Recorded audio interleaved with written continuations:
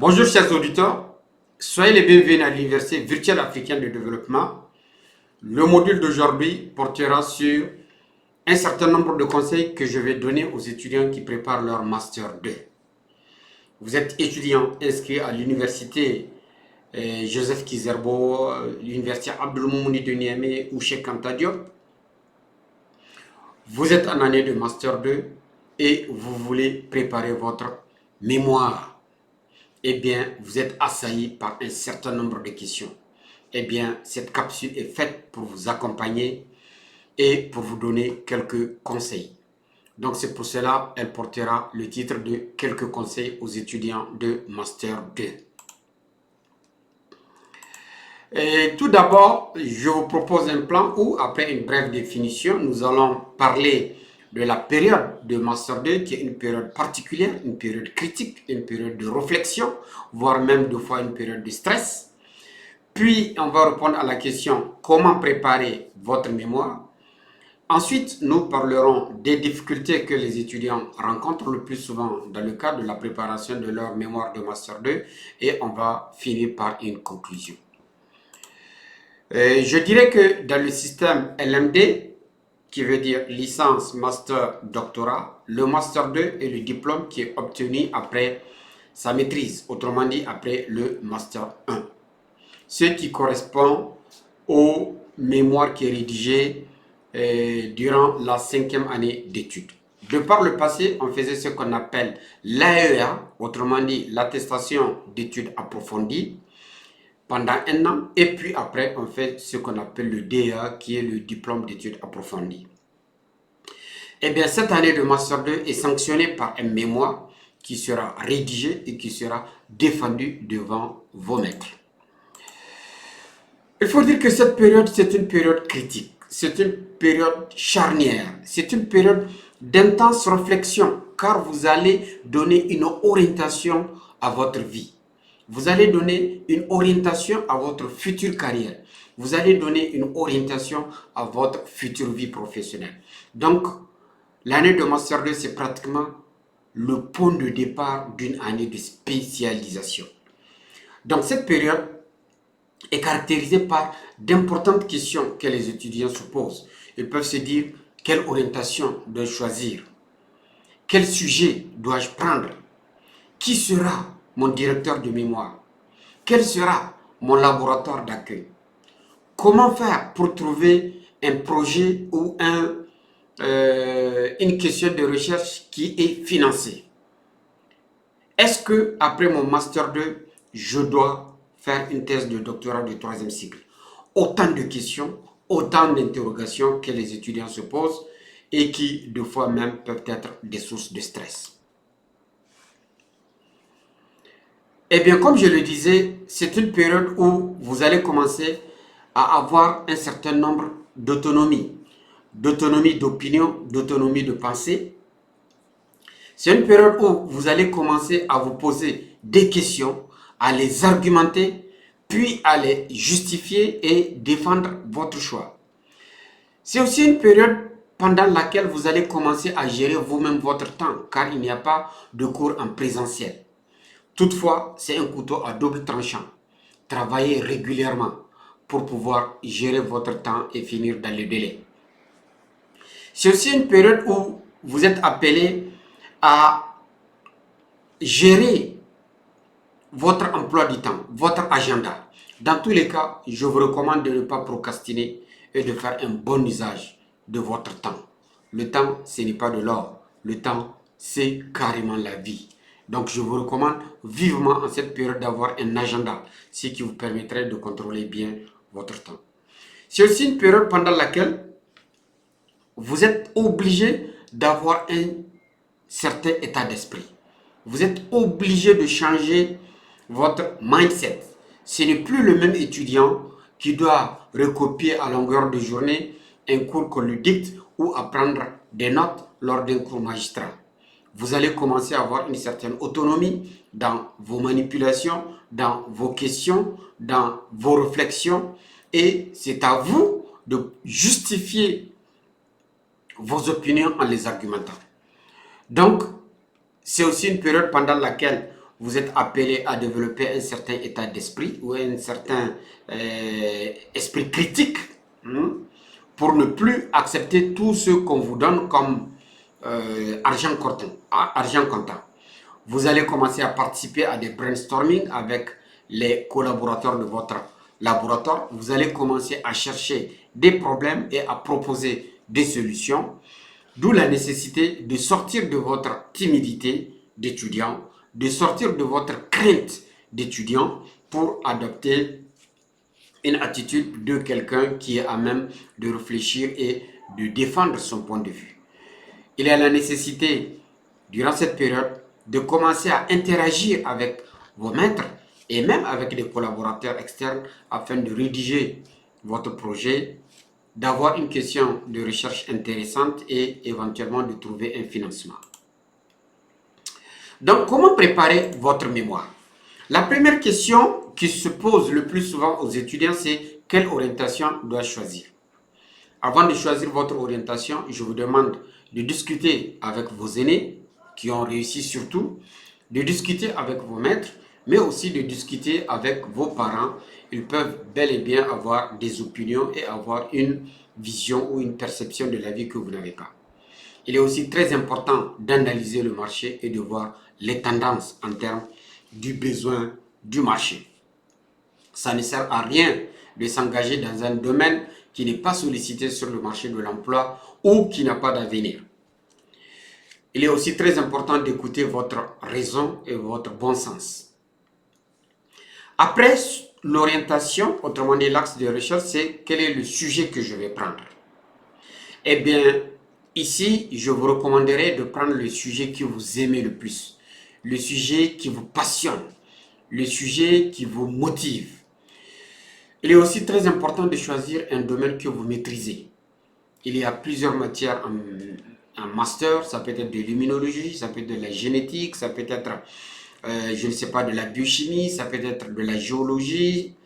Dans tous les cas, dans l'ensemble des matières, faites en sorte de choisir la matière que vous aimez le plus, mais aussi une matière que vous maîtrisez. En effet, travailler dans un domaine que vous maîtrisez, cela devient comme si ce n'est pas du travail. Autrement dit, ce n'est pas fastidieux, ce n'est pas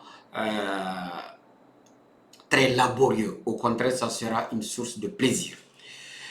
Il est aussi de regarder le domaine dont le marché en a besoin. Il faut chercher les domaines qui ont de l'intérêt, autrement dit, qui sont très importants. Par exemple, aujourd'hui, avec ce qui se passe dans le domaine des mines et de la géologie, des matières ou des domaines comme la pétrochimie, les mines, la géologie sont des domaines d'avenir. Si c'est possible, comme je disais dans l'introduction, que c'est le point de départ de votre spécialisation. Faites en sorte que votre sujet de master puisse être le point de départ de votre sujet de thèse. Ce qui fait que vous n'aurez pas à changer encore de domaine et vous allez continuer sur le même axe. Parmi les questions que les étudiants se posent, il y a aussi qui sera mon directeur de mémoire. Cette question, elle est très très importante. Car le choix du directeur de mémoire est tributaire de l'accomplissement rapide de votre travail. Dans ce cas, ne vous trompez pas dans le choix de votre directeur de mémoire. Sinon, ce mémoire peut vous dégoûter. Il peut être amer. Vous pouvez même l'abandonner 2 fois. Essayez de trouver un directeur de mémoire qui se comporte en un mentor, qui a une bonne volonté de transmettre ses connaissances et d'interagir avec ses étudiants.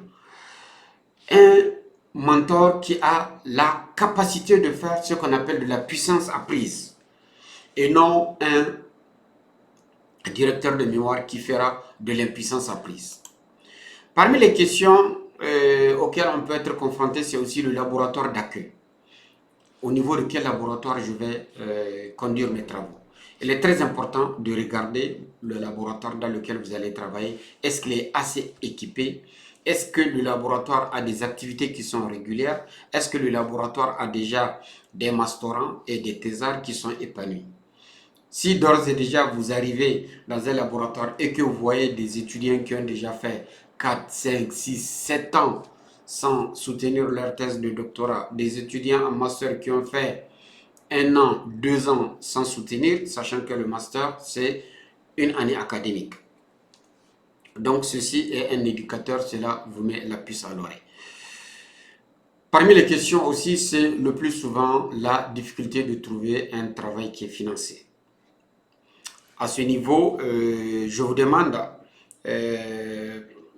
de développer votre capacité de travailler, à rédiger. Donc, à force d'écrire des projets en collaboration avec votre mentor, à force de collaborer avec des équipes qui sont externes, à force de chercher, inéluctablement, vous finirez par trouver. Je vous demande aussi de contacter tous les partenaires externes, en particulier le Centre de recherche médicale et sanitaire, le Programme national de lutte contre le paludisme, le Programme national de lutte contre le VIH-Sida, le Programme national de lutte contre la tuberculose, le programme FARCIT, ou le Fonds FARCIT du ministère de l'Enseignement supérieur, de la recherche et de l'innovation technologique, l'OMS, toutes les institutions qui peuvent vous aider, qui peuvent vous accompagner ou qui peuvent financer votre travail.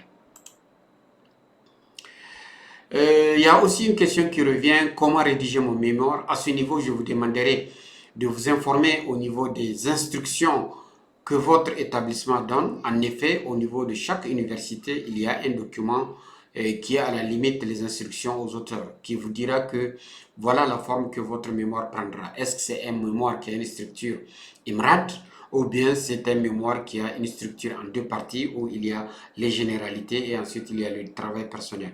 Cela est chapeauté par une introduction et puis les objectifs.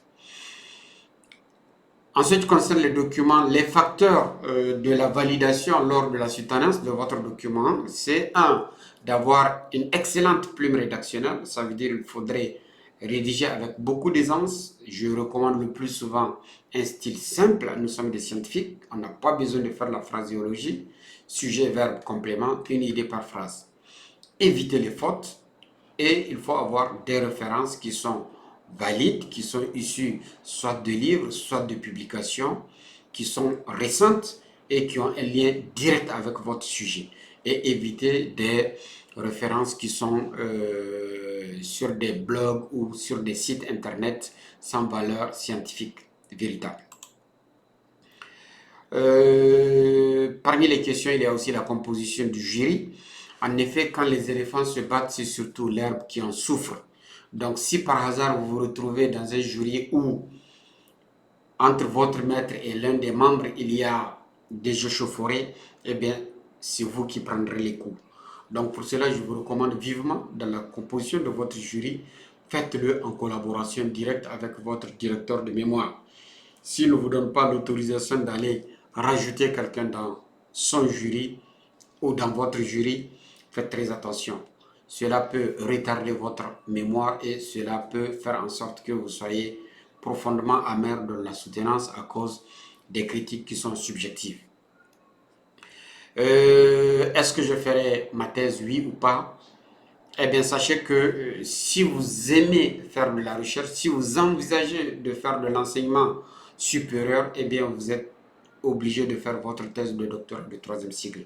Si par contre, votre objectif, c'est d'avoir un niveau d'ingénieur qui va faire des manips, eh bien, vous pouvez vous limiter à votre Master 2 ou aller enseigner dans les lycées.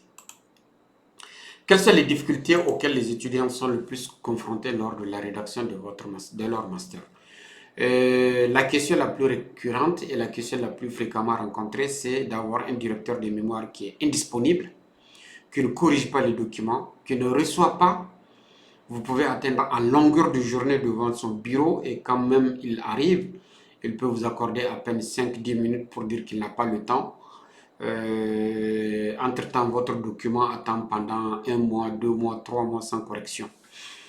Il y a certains qui ne coachent pas, qui n'ont pas l'engouement pour être réellement des gens qui motivent, qui accompagnent.